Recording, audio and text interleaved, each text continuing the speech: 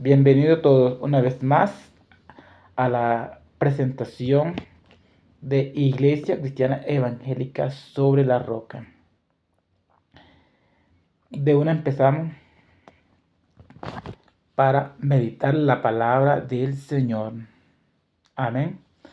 Entonces vayámonos a la Sagrada Escritura, que es la palabra del Señor. En el Nuevo Testamento del Evangelio San Mateo, capítulo 7, verso 24 al 27. Amén. El cual se titula como los dos cimientos. Amén. Y dice así: cualquiera pues me oye estas palabras y las hace, compararé a un hombre prudente que edificó su casa sobre la roca. Descendió lluvia y vinieron ríos y soplaron viento, golpearon contra aquella casa y no cayó porque estaba fundada sobre la roca. Pero cualquiera que me oye estas palabras y no las hace, le compararé a un hombre insensato que edificó su casa sobre la arena.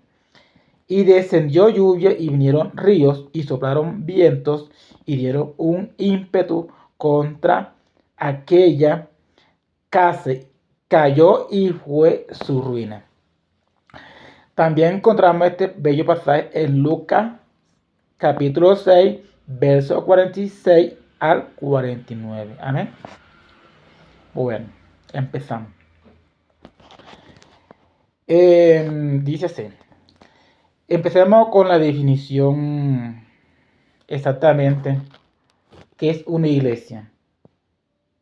¿Qué significa la palabra cristiana? ¿Y qué significa la palabra sobre la roca? Vamos por paso. El primer paso que quiero compartir es la definición sobre la palabra iglesia. Amén. Dice así. Definición sobre iglesia. Amén. Dice así. Que es una comunidad de fieles que profesan la fe cristiana o es una organización. Es un grupo religioso institucionalizado. También se define como una asamblea o reunión de ciudadanos congregados. Amén. Esa es la definición de una iglesia. Amén. En la lengua hebrea, que es la lengua de Dios, se conoce como Cajal. Y su significado es, o se refiere como congregación de Israel o pueblo de Dios, el cual lo podemos encontrar en el Salmo 22, verso 22. Amén. Repito, Salmo capítulo 22, verso 22. Amén. Vayámonos al pasaje para entender más. Porque, digamos, cuando uno va a hablar algo, tenemos que hablar con evidencia, con prueba, para poder entender y profundizar más la palabra. Amén. Entonces, continuemos. Dice así, Salmo 22 al verso 22. Y dice así: anunciaré tu nombre a mis hermanos, en medio de la congregación te alabaré. Esa palabra, congregación, es sinónimo a iglesia. Amén. Continuemos. En el Nuevo Testamento, la palabra iglesia se unió con la lengua hebrea y con la lengua griega. En la lengua griega se le conoce como, etimológicamente, hablando eclesía. Amén. Entonces, ambas lenguas, como es la hebrea, repito, y la griega, llegaron a un acuerdo profundo y complejo a un significado en uno solo, donde encontramos o se encuentra Jesús hablándole a Simón Pedro en el Evangelio de San Mateo 16-18. Vayámonos al pasaje. Amén. Es grato compartir la palabra y enseñar para poder entender. Amén. Porque el día que venga Jesucristo a esta tierra y nos llamará a cuenta a ambos, ¿cierto? O entre el que habla como el que escucha. Y delante de su presencia en el tribunal no va a haber excusa, ni tampoco va a haber que le vamos a decir al Señor: no, Señor, yo no conocí tu palabra, nadie me habló. Porque desde aquí en adelante se define si nos vamos para la salvación o nos vamos para perdición. De uno depende el destino. Amén. Entonces continuamos diciendo así, San Mateo 16, 18. Y dice así, amén. Queridos amigos y hermanos. Dice así, amén. Y yo también te digo que tú eres Pedro, y sobre esta roca edificaré mi iglesia, y las puertas del Hades no prevalecerán contra ella. Amén. Gloria a Dios. Entonces, volviendo nuevamente al tema, la palabra iglesia no se refiere a una edificación donde se va a adorar, porque eso es donde vamos al lugar santísimo a orar, se llama casa de Dios, como lo llamó el propio Jesucristo en Mateo 21:13. Amén. Y dice así: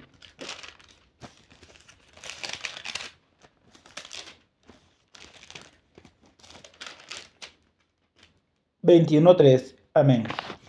Dice así: y les dijo, escrito está, mi casa, casa de oración, será llamada, mas vosotros le habéis hecho cueva de ladrones. Pero lo más importante, podemos subrayar o identificar claramente lo que más importa, cómo Dios llama su templo casa de oración, ¿cierto? Ya el resto del otro renglón lo hablamos más adelante. Pero lo más importante es saber la definición de iglesia. Amén. Continuamos. Gloria a Dios. Aleluya. Entonces, saliendo ya de la parte, digamos, literal, nos metemos a la parte teológica. En la parte teológicamente se considera iglesia a una persona como cuerpo de Cristo que forma parte de una comunidad de creyentes, ¿cierto? De creyentes. Es también es un ser vivo y que forma como un miembro. Amén. Es decir, una persona que siente, una persona que camina, que se mueve, que piensa, que habla. Esa es una iglesia. Amén. También hace parte como un cuerpo de Cristo, el cual lo une por el Espíritu Santo y la fe en Jesús. Amén. También, más exactamente también, porque hay dos formas, como también se puede considerar, sea como una persona individual o sea un grupo de personas que también hace parte como comunidad. Es decir, que el grupo de personas, llámese pastor, llámese líder, llámese evangelista, llámese miembro, ellos son en un solo sentir un cuerpo de Cristo y llevan a un propósito como alabar a Dios, ayudarse mutuamente y evangelizar. Amén. O sea, es decir, compartir la palabra, ayudarse uno al otro.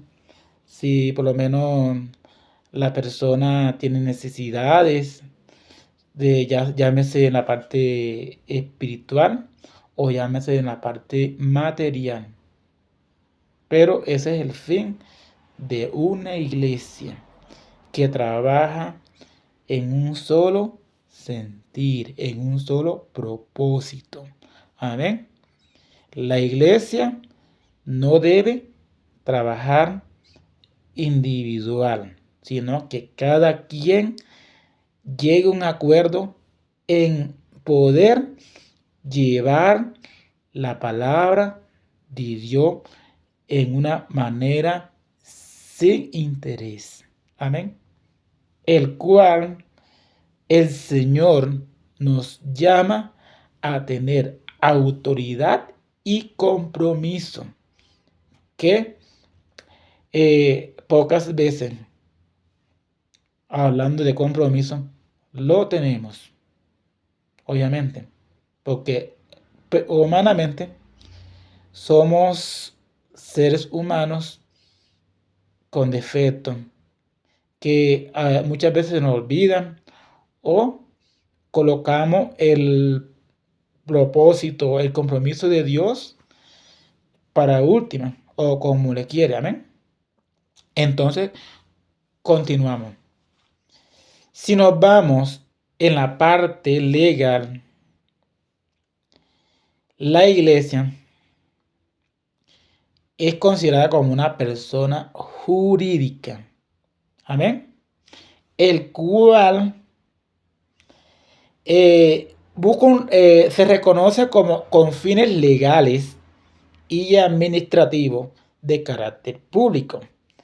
Es decir, que contrae derechos, obligaciones como cualquier otra entidad legal.